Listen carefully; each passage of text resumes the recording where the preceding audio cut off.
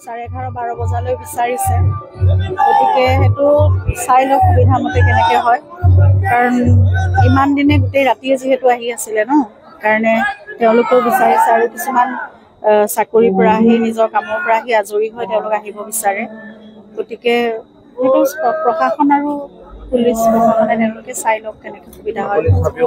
যে তেনেকৈ নিজে তেওঁলোকে দায়িত্ব ল'ম বুলি কৈছে কথাটো কি চাওঁ সেইখিনি প্ৰশাসনে বেছি ভালকৈ জানিব আৰু ৰাইজে নিজে আচলতে একো সুবিধা নোহোৱাকৈ তেওঁলোকে যেতিয়া কৈছে মই তেওঁলোকৰ ওপৰতো সেইটো বিশ্বাস মই কৰিব লাগিব যে তেওঁলোকে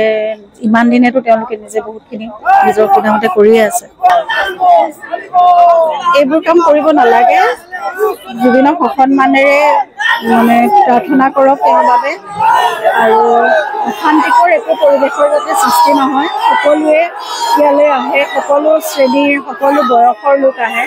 গতিকে সকলোৰে সন্মানটো ৰাখক